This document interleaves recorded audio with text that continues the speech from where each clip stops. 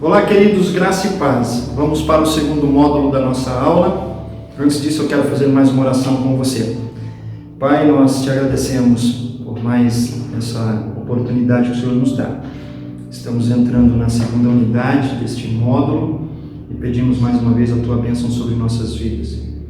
Derrama sobre nós o teu Espírito, que possa o nosso entendimento ser aberto para o ensino da tua palavra, em nome de Jesus. Amém. Pois bem, nós estamos agora na segunda unidade, no segundo módulo, e nós vamos falar sobre Evangelho. E eu quero iniciar dizendo que a palavra grega Evangelion se refere às boas novas. Então, todas as vezes que você ouvir sobre Evangelho, então vamos pensar que estamos anunciando as boas novas, alegres novas, boas notícias ou uma boa mensagem. Então, isso significa o Evangelho. Então, quando nós olhamos para os Evangelhos, nós estamos vendo as boas novas sendo anunciadas pelos 4 evangelistas.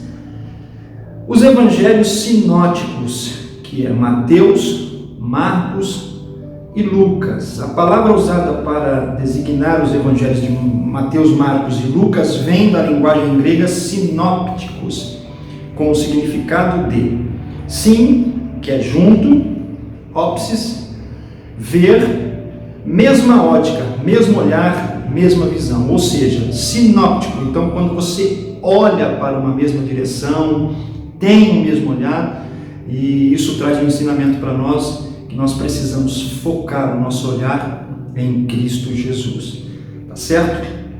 Cada um dos evangelhos sinóticos apresenta a história de Jesus de maneira parecida, não são idênticos, mas são parecidos. Relativos à sinopse, apresentam um resumo, uma forma resumida da história. Então, todas as vezes que você lê os evangelhos, Mateus, Marcos e Lucas, você vai ter uma história de Jesus resumida, porém profunda, e exige então um estudo e também a revelação do Espírito Santo sobre a sua vida, para que você possa ter uma compreensão à luz divina. Os 3 têm mais ou menos a mesma estrutura e tem várias histórias repetidas. Então, você vai encontrar algumas histórias repetidas nos evangelhos sinópticos, e para entender e para dar confirmação e atestar que aquilo é correto e que aquilo é verdadeiro, tá certo?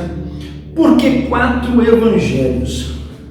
Os evangelhos são biografias de Jesus, que o apresentam sob 4 ângulos diferentes.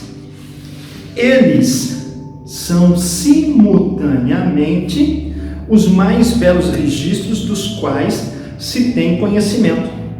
Cada escritor, Marcos, Mateus, Lucas, contribui com um aspecto único, mas numa total harmonia de apresentação que só a superintendência divina poderia ter inspirado. Ou seja, quando nós olhamos para a completude de um ao outro, ou quando nós observamos o aspecto que é único de ambos os evangelhos, nós vamos entender que isso só poderia ter acontecido quando ambos os escritores estivessem cheios do Espírito Santo e inspirados pelo Espírito de Deus para escrever esta história ou escrever estes textos didaticamente. Mateus escreve para os judeus. Então, o Evangelho de Mateus, ele é escrito para os judeus, povo que aguardava ansiosamente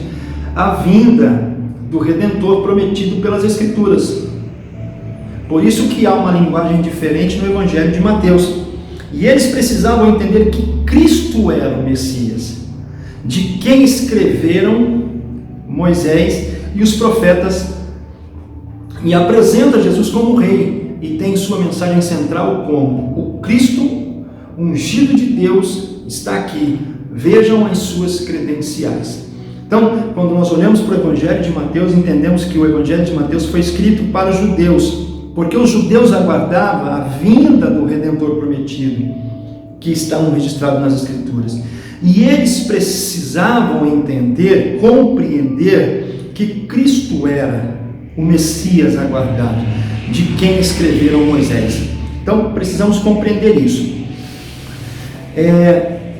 Existem algumas credenciais, algumas formas que nós usamos e que nós observamos nos textos sagrados. Primeiro, o nome Levi, ofício, cobrador de imposto, filho de Alfeu, apóstolo de Jesus, Marcos capítulo 2, versículo 14. Significado do nome, dom de Deus, presente de Deus ou dádiva de Deus.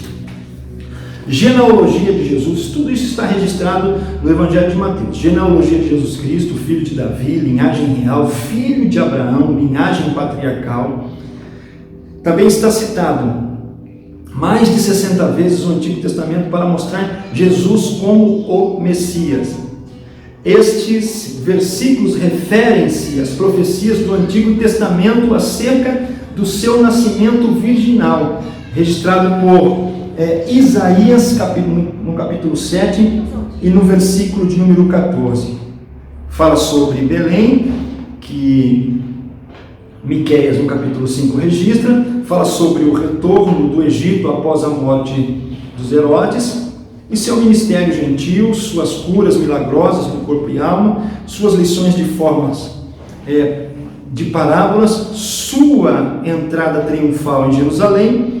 Então a gente vai encontrar isso registrado em alguns textos das Sagradas Escrituras, afirmando o livro e o Evangelho segundo escreveu Mateus. Acerca do seu nascimento nós vamos encontrar Isaías, no capítulo 7, no versículo 14, que era em Belém, que é esse capítulo 5, seu retorno do Egito após a morte de Herodes, capítulo 11 do livro do profeta Oséias, seu ministério aos gentios, Isaías capítulo 9, suas curas milagrosas do corpo e alma, Isaías capítulo 53, lições e as suas lições na forma de parábolas, no Salmo 78, versículo de número 2, sua entrada triunfal em Jerusalém, no livro de Zacarias, profeta Zacarias, capítulo 9. Mais do que os outros evangelhos, Mateus faz citação da lei e dos profetas. Mateus capítulo 5, nós vamos encontrar isso. Jesus cumpriu a lei e os profetas. Sermão da montanha, estabelecido do reino de Deus, Mateus capítulo 5, a gente vai observar isso lá. E o versículo-chave é o versículo 27. Marcos escreve para os romanos, povo impressionado com o poder cujo ideal era o domínio e o governo patenteado por um grande general. Então a visão dos romanos era uma visão diferente do povo judeu, e eles precisavam ouvir a mensagem que Cristo era o grande vencedor que destrói os verdadeiros inimigos do gênero humano e estabelece o seu império espiritual no coração e apresenta como Jesus servo e tem sua mensagem central como: é assim que Cristo opera. Vejam os seus serviços. Nome de João Marcos, filho de Maria, crente que permitiu que sua casa fosse usada para a reunião cristã, cenáculo, parte superior da casa, registrado lá no livro de Atos dos Apóstolos, no capítulo de número 12, versículo de número 12. Significado do nome varonil, guerreiro, Marcos, que deriva de Marte, guerreiro de Deus, romano, discípulo de Pedro, primeiro Barnabé, 1 Pedro capítulo 5, versículo 13, primo de Barnabé, Colossenses capítulo 4, fez viagem missionária com Paulo e Barnabé, abandonou Paulo em uma viagem missionária, foi requisitado por Paulo. Livros de ação, conhecido como o Evangelho da Ação, livros de ação, conhecido como o Evangelho da Ação. Esse Evangelho começa de forma repetida e dramaticamente e mantém um ritmo rápido, relatando acontecimentos numa sucessão muito veloz. Marcos usa com frequência os termos logo e imediatamente, devido ao efeito do ritmo rápido e de ação. Descreve 6 parábolas, 18 milagres, 8 curas, 4 libertações e uma ressurreição. Então a gente encontra tudo isso no Evangelho de Marcos. Não se preocupa com o nascimento e a genealogia de Cristo e apresenta Jesus como, primeiro, o grande conquistador, o servo do Senhor, grande conquistador da tempestade dos demônios, no capítulo 1, versículo 24, versículo 32 e 34, das enfermidades e da morte. Isso era marca de seu poder.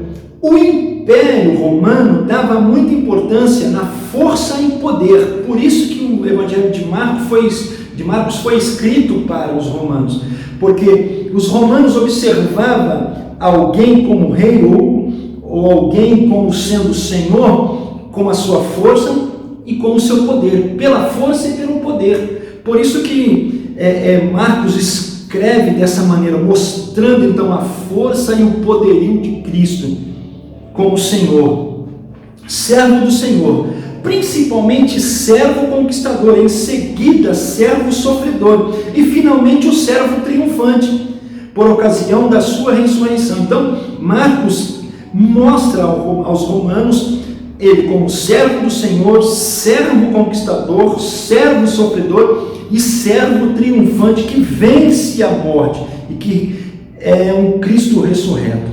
O versículo-chave é o versículo 10, do versículo 10 até o versículo de número 45, ou capítulo 10 até o versículo de número 45. Lucas escreve para os gregos, e aí entra o terceiro livro dos evangelhos, que é escrito para os gregos, povo culto. Por isso que o evangelista Lucas escreve de uma forma mais didática, de uma forma mais científica. Então ele escreve porque os gregos eram um povo culto, desenvolvido intelectualmente, moral e fisicamente. Então eles precisavam ser alcançados com a mensagem que Cristo era homem perfeito. Por isso que Cristo aparece no Evangelho de Lucas como perfeito, sem defeito ideal, e apresenta Jesus como homem. E tem sua mensagem central como Jesus Cristo tem este aspecto. E vamos ver agora a sua natureza humana na visão do evangelista Lucas. Primeiro, médico, amado, discípulo de Paulo, Colossenses capítulo 4, versículo de número 14. Gentil, natureza da Antioquia, Síria, escritor, escreveu também, esse é o aspecto da carta do Evangelho de Lucas, escritor, escreveu também o livro de Atos dos Apóstolos, companheiro de Paulo, único gentil a escrever um livro da Bíblia, significado do nome Luz Brilhante. E Lucas era conhecido como o evangelho mais lido da Bíblia, livro organizado. Lucas fala dos pais de Jesus, de João Batista, primo da viagem de José e Maria a Belém, da genealogia e nascimento de Jesus e do ministério de Cristo. Fala também da traição, do juízo, da morte e da sua ressurreição. E trata de preconceitos, líderes religiosos com as mulheres. Fala também do filho pródigo, do homem rico, do bom samaritano, do ladrão da cruz. Fala do Zaqueu, cobrador de imposto. E existem algumas curiosidades que nós precisamos nos aprofundar. E eu quero que você depois leia didaticamente os evangelhos, tanto Mateus, tanto o evangelho de Marcos, o evangelho de Lucas na visão que Lucas coloca, para que você possa compreender as questões de cada livro, cada didática desses evangelhos, para que você possa entender por que Mateus escreve numa linguagem diferente da linguagem de Marcos? Por que Marcos escreve na linguagem dos romanos, Mateus na linguagem dos judeus, e agora o Evangelho de Lucas escrito na linguagem dos gregos, para que eles pudessem ser alcançados e vistos? Então, para que você possa entender isso. Então, faça isso, leia pausadamente, didaticamente. Nós só crescemos no conhecimento quando nós nos aprofundamos na palavra de Deus. Algumas curiosidades do Evangelho de Lucas que filho do homem, se nós começarmos a fazer um estudo sobre esse Evangelho, nós vamos ver que aparece 26 vezes a expressão filho do homem. Lucas dá ênfase para as pessoas desprezadas, sofridas e necessitadas. A alegria do sacerdote Zacarias por causa do nascimento do filho de João, a sua oração no capítulo 1, no versículo 13, o cântico de Simeão, um idoso sacerdote, dá ênfase às mulheres, o cântico de Maria, profetisa Ana, mulher discriminada pelos judeus, Maria Madalena. E os versículos chaves do Evangelho de Mateus está no capítulo 19, ou melhor, do Evangelho de Lucas, está no capítulo 19, e no versículo 10, que é um dos versículos chaves para esse texto.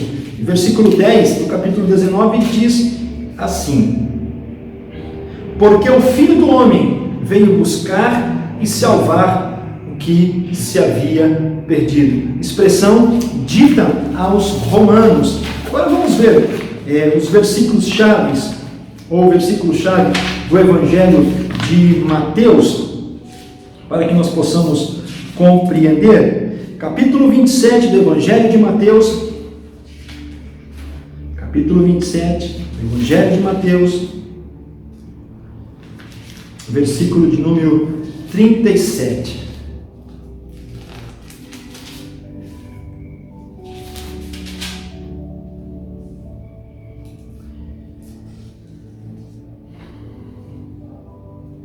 E por cima de sua cabeça puseram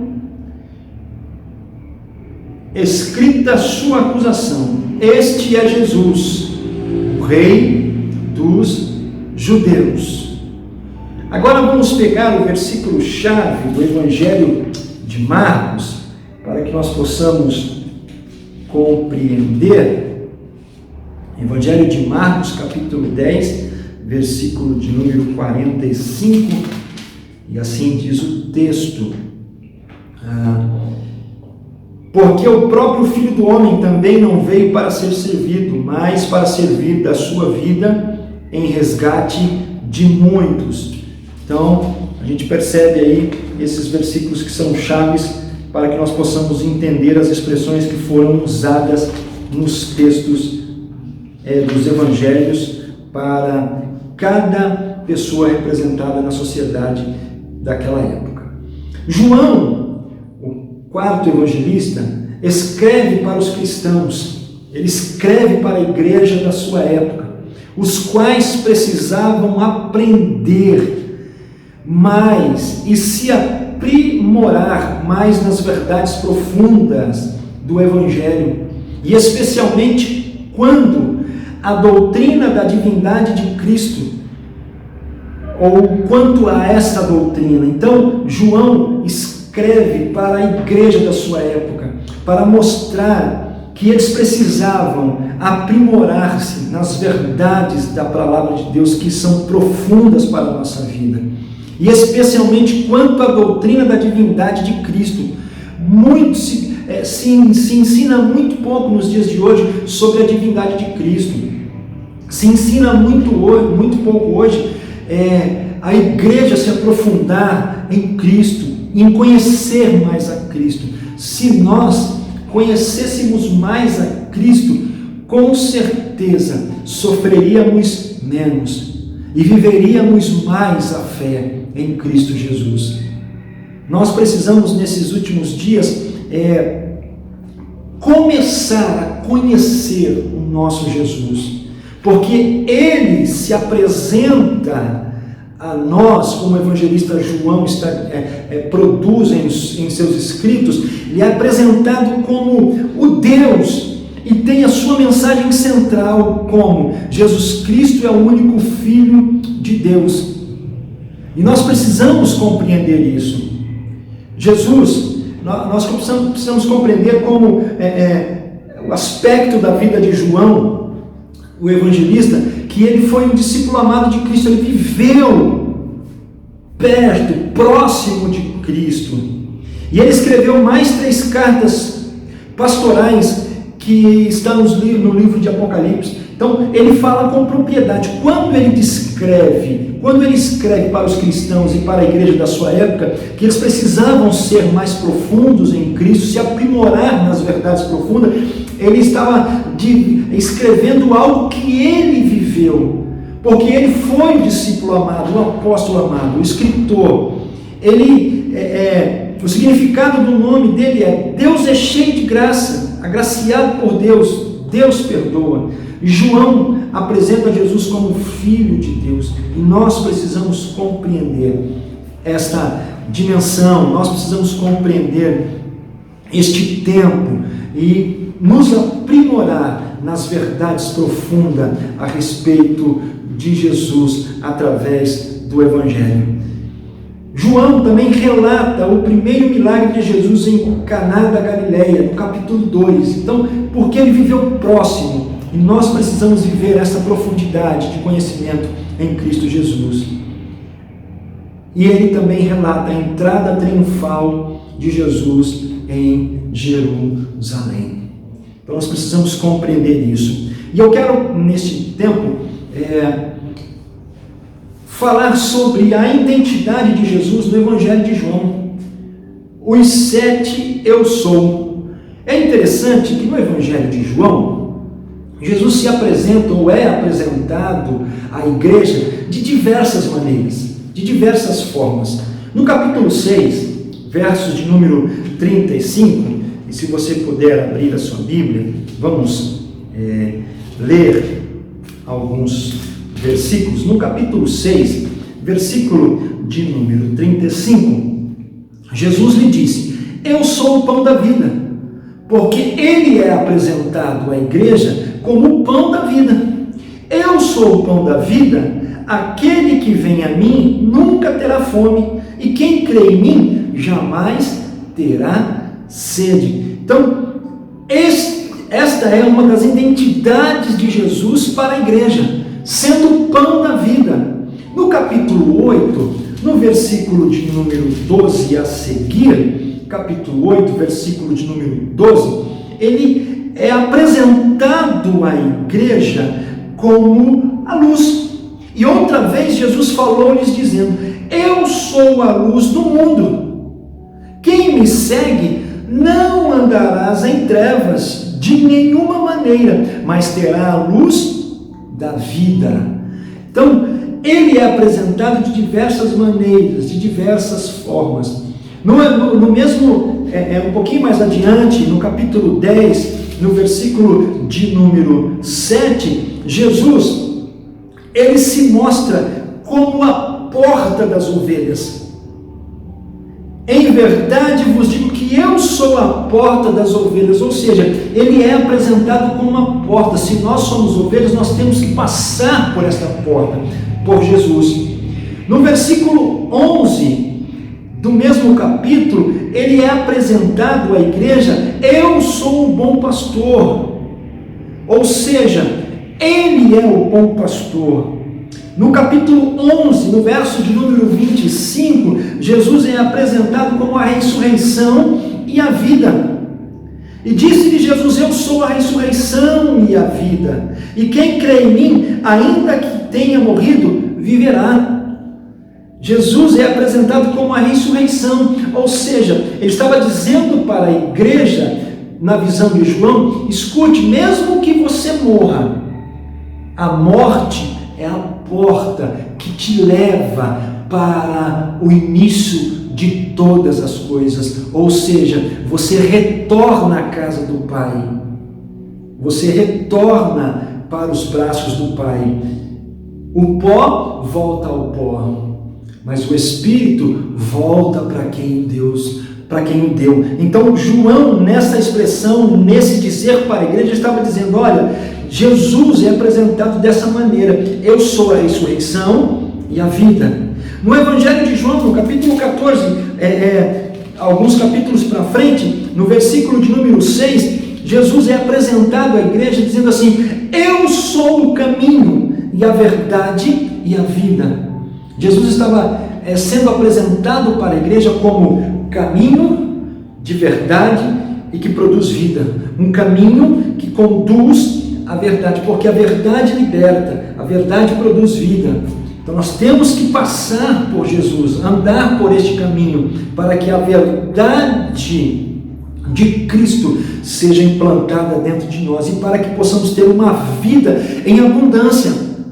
E quando eu digo de vida em abundância, não é uma vida em abundância aqui, mas é uma vida de abundância na eternidade, porque ele foi apresentado nesse mesmo Evangelho como o pão da vida, como a luz do mundo, como a porta das ovelhas, como o bom pastor, a ressurreição e a vida, o caminho e a verdade e a vida. E por último, no capítulo 15, no versículo de número 1, ele é apresentado à igreja como uma videira verdadeira, ou seja, como aquele que produz vida. Eu sou a videira verdadeira e meu pai é o lavrador. Todo ramo que em mim não der fruto, corta-o, e todo aquele que der fruto, limpa-o, para que dê mais frutos. Ou seja, ele é apresentado como a videira verdadeira. Os 4 evangelhos de Jesus Cristo: Mateus, Marcos, Lucas e João. Mateus, púrpura. O Evangelho de Marcos, carmesim. O Evangelho de Lucas, branco. No Evangelho de João, azul. Quando nós observamos isto, nós observamos a cor das cortinas do tabernáculo, ou melhor, do véu do tabernáculo, registrado lá em Êxodo, capítulo de número 26 e versículo de número 31. A data de cada evangelho, de cada escrito desses, o Evangelho de Mateus foi escrito no ano 62 até o ano 70 depois de Cristo. Os relatos do Evangelho de Marcos foi registrado nos anos 50 e 60 depois de Cristo. O Evangelho de Lucas, nos anos 59 até o ano 75 depois de Cristo. E no Evangelho de João, nos anos 90 até os anos 95 depois de Cristo, porque João, quando estava ainda encerrado na ilha de Patmos, ele tinha aproximadamente 95 anos de idade, quando o Senhor lhe aparece para lhe revelar as coisas que estão acontecendo exatamente nos dias de hoje. E eu posso dizer e afirmar com segurança que nunca se viu, nunca se ouviu tamanha ação de potestades e principados como está sendo nesse tempo, neste século em que nós estamos vivendo.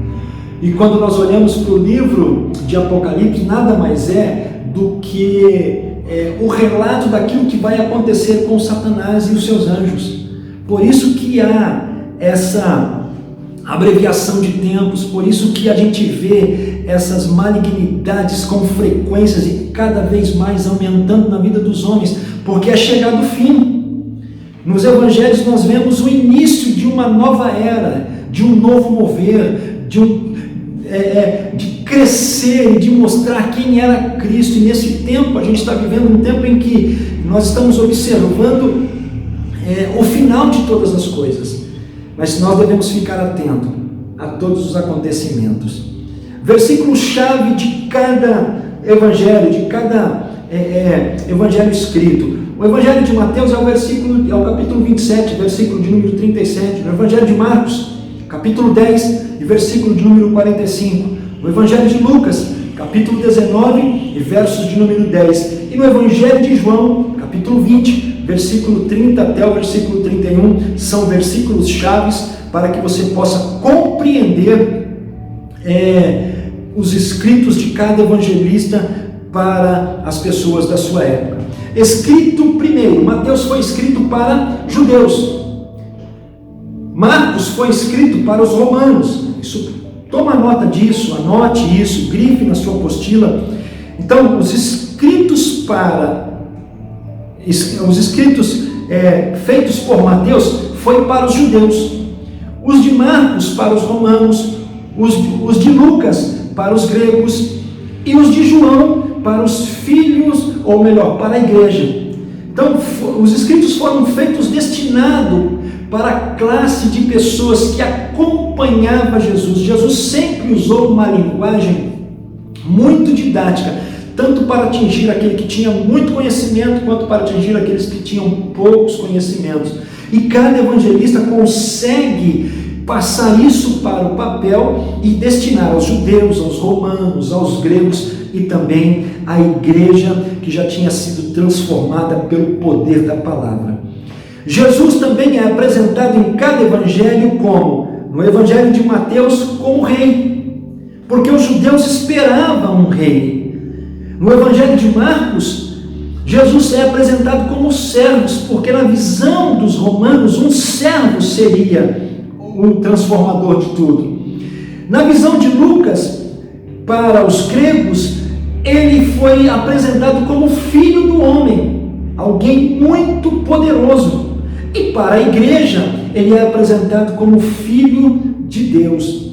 Também, a face do Apocalipse, lá no capítulo 4, no versículo de número 7, se a gente observar, ele é apresentado no evangelho de Mateus como leão, ele é apresentado como Marcos, como novilho no evangelho de Marcos, ele é apresentado como homem no evangelho de Lucas e como águia no evangelho de João. As tribos de Israel que foi impactadas, que recebeu, que observaram isso foi Judá, Efraim, Ruben e Dan. Então precisava sim ser apresentado desta maneira. É interessante que quando nós olhamos para a figura do tabernáculo, a gente percebe que ele é apresentado como leão, como novilho, como águia e depois como homem. Porque cada uma delas tem o seu significado. Para Judá, Issacar, Zebulon, ele foi apresentado como leão para as tribos de Israel. Para a tribo de Efraim, Benjamim, Manassés, ele foi apresentado como o novilho, como o cordeiro para ser imolado. Para a tribo de Ruben, ele foi apresentado como homem, Simeão e Gade. E para a tribo de Dan, ele foi apresentado como águia, superioridade. Enfim, para cada tribo, ele foi apresentado de uma maneira interessante. As cores da cortina do tabernáculo, cada uma dessas cores tem o seu significado. A púrpura, porque no evangelho de Mateus a gente observa cor púrpura, no evangelho de Marcos carmesim, Lucas branco e no evangelho de João cor azul. A púrpura, cor da realeza. Mateus cita Jesus como filho de Davi, enfatizando Jesus como rei, então, ou seja, cor da realeza. A sua genealogia é de realeza. No evangelho de Marcos é apresentado como carmesim, cor de sangue. Marcos destaca Jesus como servo, sofredor. A sua genealogia não é mostrada, o destaque é para o servo, ou seja, é mostrado de uma maneira diferente pelo evangelho de Marcos. Terceiro, o evangelho de Lucas, a cor da pureza, ou seja, o branco. Lucas apresenta Jesus como varão perfeito, apresenta a genealogia de homem ilustre e nobre. E lá no evangelho de João é apresentado a cor azul, cor do céu. João fala da divindade, da ascensão, da subida. De Jesus. E a genealogia não é apresentada, pois Deus não tem ascendência. Deus não tem genealogia. Então, ele é apresentado de diversas formas para cada evangelho.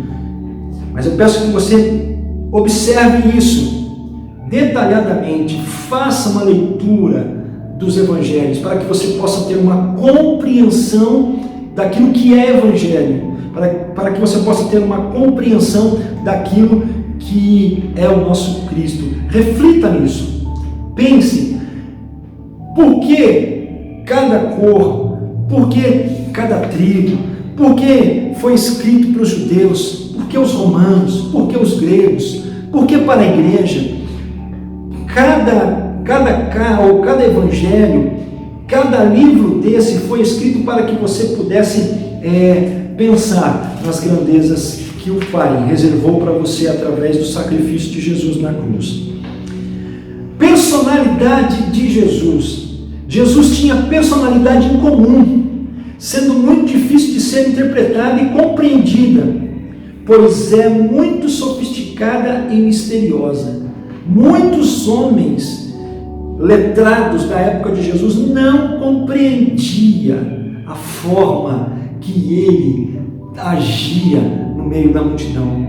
O que nos impressiona na personalidade de Jesus é o fato dele ter produzido pensamentos e emoções que fugiam do trivial, do comum e do ordinário. Veja, por exemplo, que ele era um homem de propriedades, de planos seguros e determinados, mas também era um homem flexível, adaptável. Ele era atencioso, educado no tratamento com as pessoas, e em meio aos seus programas e agendas lotadas, ele parava para atendê-las. É interessante que no Evangelho de Marcos registra que ele parou para dar atenção para crianças. No Evangelho de Lucas, e o mesmo evangelista Marcos também relata algo parecido, ele também para ouvir, para dar atenção a mulheres. E no Evangelho de Lucas, no capítulo 18, ele também para dar atenção aos homens. Com muita frequência lançava a mão de seus ensinamentos, dos sofrimentos e angústias humanos, a fim de trazer maior compreensão da natureza humana. E é interessante que Jesus falou de sua miséria de forma poética. Além disso, isso está registrado lá no capítulo 12 do Evangelho de Mateus. Além disso, a singeleza de coração e a coragem intelectual se interagiam em suas personalidades. Por exemplo, pão da vida, superior das necessidades básicas. Evangelho de João, capítulo 6. Quando ele diz assim, eu sou o pão da vida, ele estava dizendo assim, olha, eu sou o supridor das necessidades básicas da sua vida. Quando ele está dizendo assim, eu quero revelar a paternidade, ele estava dizendo assim, olha, eu tenho um pai, e você também precisa conhecer isso. Ele estava resgatando os valores que o homem tinha perdido por conta daquele período em que Deus não se apresentava ao homem mais, período interbíblico, aquele período em que o pecado tinha afastado o homem de Deus. Então ele estava se revelando, ou seja, ele estava mostrando que através dele os valores que se tinham perdido por conta do pecado seriam resgatados novamente. Isso está registrado lá no capítulo 7, versículo 39 do Evangelho de Lucas. Jesus também se apresenta como conhecedor dos pensamentos humanos lá no Lucas capítulo 17, capítulo 11, versículo 17. Vamos nos atentar para este texto, capítulo 11, versículo de número 17. Mas Jesus, sabendo os pensamentos deles, disse: todo reino dividido contra si mesmo é assolado, e uma casa dividida contra si mesma cai. Conhecedor dos pensamentos humanos, ou seja, ele estava mostrando algo fora da realidade humana, como divino, como Deus. E como homem, ele também estava mostrando que as pessoas precisavam entender e ter o entendimento do que ele era o pão da vida, entender a paternidade, entender os valores que se tinham perdido por conta do pecado, através do conhecimento de Cristo. Jesus era tão estranho que ninguém sabia quem realmente ele era. Você já parou para pensar nisso? Ninguém sabia quem era Jesus. Ninguém poderia imaginar quais seriam as verdades, as verdadeiras dimensões de seu falar e agir, pois ele falava e agia de maneira diferenciada e extraordinária. Aí eu te pergunto, quem é este? Quem é este que o evangelista João, no capítulo 5, no versículo de número 21, perdoa pecados? Quem é esse? Capítulo 5, versículo de número 21.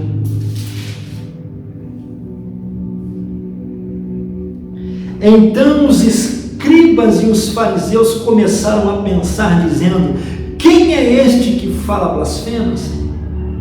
Quem pode perdoar pecados senão apenas Deus? Quando Jesus percebeu o que eles estavam pensando, tomou a palavra e disse-lhe: o que estáis pensando em vossos corações? Jesus chama a atenção deles. O que vocês estão pensando no seu coração? Quem é este que acalma a tempestade? O evangelista Lucas, no capítulo 8, no versículo de número 25, registra isso. É interessante. E lhes disse: onde está a vossa fé? Jesus pergunta para eles. E eles, cheios de temor, diziam uns aos outros: pois quem é este? Até os ventos e a água manda e lhes obedecem? Quem é esse? O mesmo evangelista João registra no capítulo 9, no verso de número 9, quem é este que expulsa demônios e cura enfermos? Quem é este? Esta era a pergunta. E disse Herodes: eu mandei decapitar João. Quem, pois, é este de quem ouço tais coisas? E procurava vê-lo. A forma que Cristo atuava, que Cristo agia no seu ministério, era uma forma diferente, aos olhos humanos estranho, porque ninguém poderia imaginar qual seriam as verdades e as dimensões de seu falar e agir. Tanto é que o livro, o capítulo 9 do Evangelho de Lucas, o Herodes é pego, a sua atenção é presa, e aí ele diz assim: eu mandei decapitar João. Quem, pois, é este que ouço tais coisas? Já imaginou a dimensão, a grandeza do poderio de Cristo como divino e de Jesus como homem na autoridade que lhe foi outorgada? Ele só poderia ser compreendido corretamente por meio de revelação ou discernimento do Espírito Santo. Só consegue compreender a ação de Cristo nos evangelhos quem é espiritual. Muitos tentaram emitir opiniões sobre ele, mas só Pedro deu, em síntese, a resposta correta. Revelação de Pedro sobre Jesus e revelação de Jesus sobre Pedro, lá no Evangelho de Mateus, capítulo 16. E aí, eu chamo a sua atenção para algumas curiosidades a respeito de Jesus. Jesus tinha casa? Evangelho de Mateus, capítulo 8, versículo de número 20. Vamos ler, versículo de número 20. E lhe informaram, dizendo: tua mãe e teus irmãos estão lá fora e querem ver-te. Mas ele respondeu e lhes disse: minha mãe e meus irmãos são estes que ouvem a palavra de Deus e a põem em prática. curiosidade a respeito de Jesus, manjedoura apresentada, jumentinho emprestado, cenáculo emprestado, sepulcro emprestado. Jesus tinha irmãos. Capítulo 13 do Evangelho de Mateus. Vamos lá.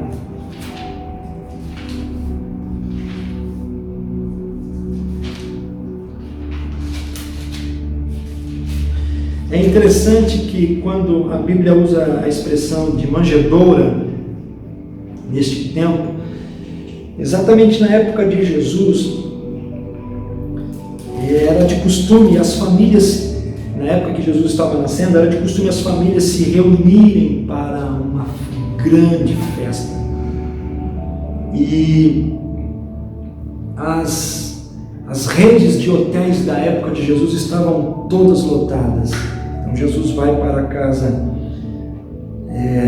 de parentes, Maria e José vai para a casa de parentes, Jesus pequeno, e não tinha lugar para se organizar no momento em que Jesus chega. Então Jesus é colocado em uma manjedoura, um estábulo, porque a manjedoura ela ficava na parte de entrada, a casa geralmente ficava na parte de cima, até que se organizassem as coisas. Então ele foi posto ali nesta manjedoura, aonde era o coxo, onde os animais se alimentavam, porque quando se entrava nas casas, as primeiras coisas que se viam eram os animais.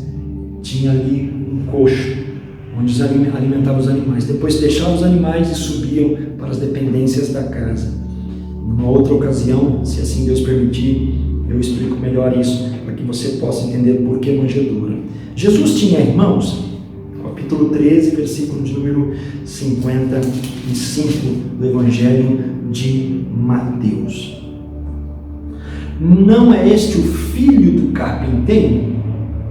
Não se chama sua mãe Maria e seus irmãos Tiago, José, Simão e Judas? Então Jesus tinha irmãos.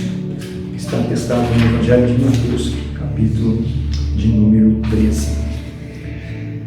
O cenário político da época de Jesus. Jesus nasceu debaixo de um regime totalitário, o qual tentou tirar sua vida quando ainda era um recém-nascido. E neste tempo, seus pais, e nesse tempo, o seu país, Israel, vivia sob domínio de uma superpotência romana. Então, o Império Romano era o que dominava a época de Jesus. E, por outro lado, em Israel havia um Supremo Conselho dos Judeus chamado Sinédrio, que consistia nas mais altas representações, na representação política do povo judeu. Sinédrio significa assembleia, o lugar onde se reunia para discutir acerca das leis. Ou seja, o Sinédrio era uma espécie de Senado Federal, imaginamos dessa maneira, com poderes amplos, inclusive para administrar as finanças do povo. Este grupo era composto por 71 membros, dividido em sumos sacerdotes, pertenciam a famílias sacerdotais, anciãos, que eram ricos, proprietários, nobreza,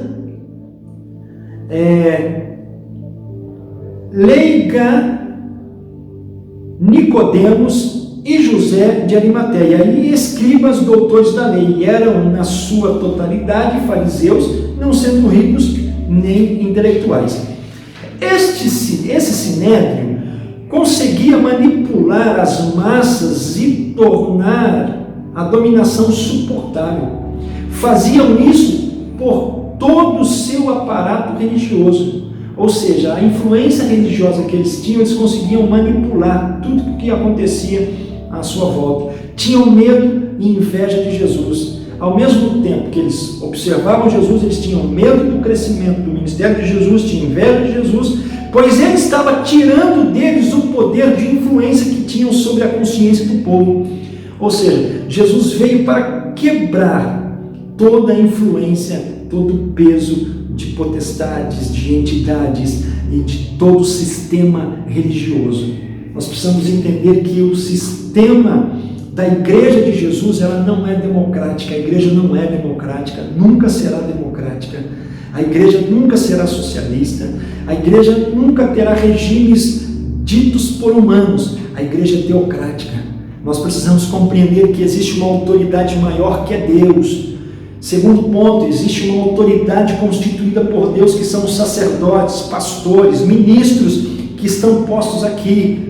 Terceiro, a igreja, ela caminha segundo aquilo que Deus coloca para ela. Então nós precisamos compreender isso. E os sinédrios, os religiosos, os doutores, os escribas, os sacerdotes daquela época tinham medo de Jesus, porque eles iam perdendo as suas forças e as suas influências sobre a vida deles. Por isso que a gente vê o sinédrio manipulando a massa e dando ênfase à política romana. Cenário religioso da época de Jesus. Havia nessa época vários grupos religiosos, dos quais o mais popular era os dos fariseus, que eram conservadores e legalistas. Tinham por alvo preservar a integridade nacional e conformar-se religiosamente à lei mosaica. Ou seja, eles eram conservadores, colocava-se um jugo sobre o povo da época, eram legalistas, e o alvo principal deles era preservar a integridade nacional e conformar-se com a rigorosa lei mosaica, ou seja, eles viviam a lei na íntegra. Eram separatistas e apareceram no cenáculo no ano 3 a.C., quando Alexandre o Grande começou sua conquista, e a cultura grega, cheia de deuses pagãos, começou a imperar. E o objetivo inicial era, até que razoável, até que bom, pois para combater essa influência, um grupo de judeus tementes a Deus se levantou. Nesse tempo, levanta alguém escolhido por Deus. E mais tarde se tornaram um grupo de hipócritas e proclamadores da justiça própria, que se corromperam, chegando a fazer suas próprias leis e obrigando o povo a um jugo pesado.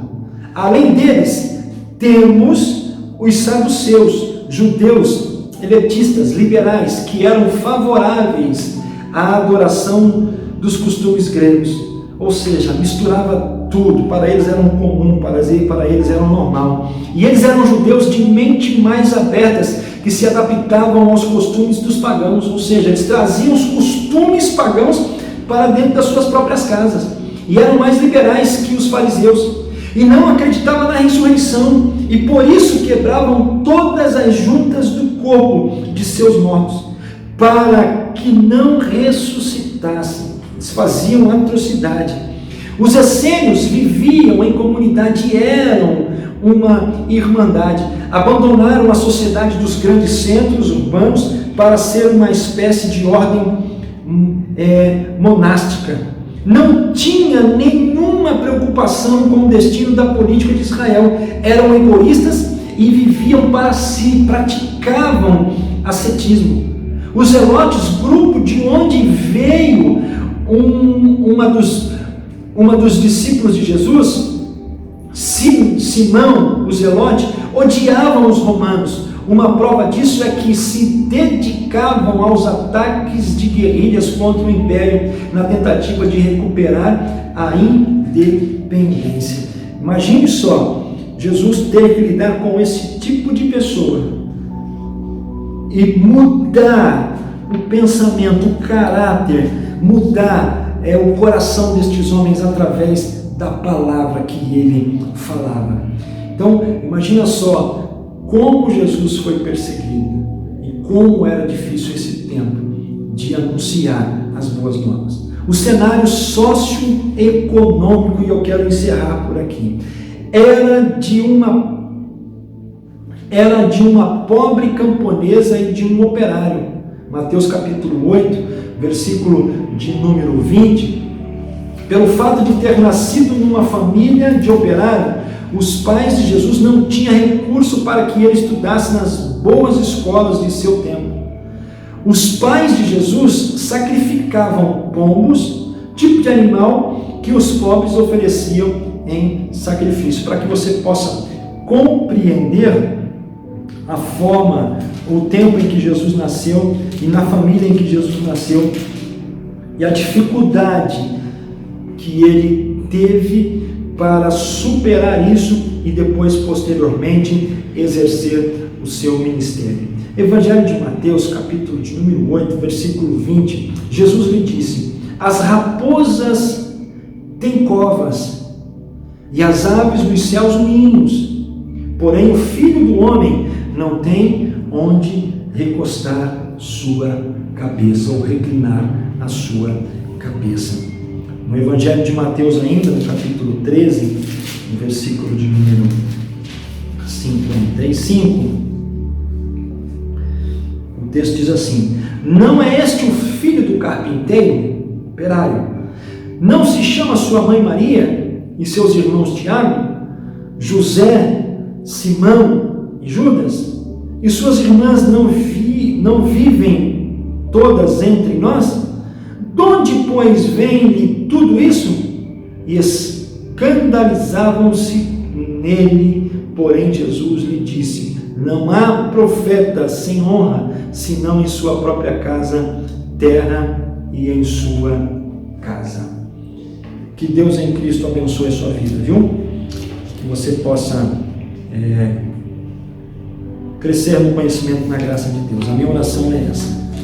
Leia os evangelhos, porque estamos estudando sobre a vida de Jesus, e os evangelhos mostram com riqueza de detalhes a respeito da vida de Jesus. Então faça isso com alegria no seu coração.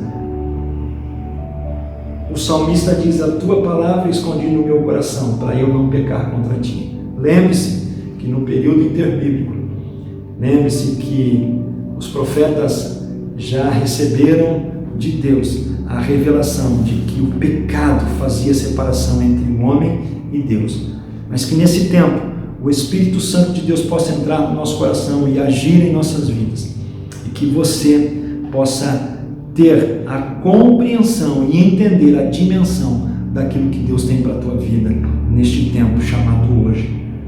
Vamos aprender de Jesus. O tempo está se findando, é o fim de todas as coisas. Os acontecimentos globais, os acontecimentos de cada região do mundo mostram que Jesus está voltando para arrebatar a igreja.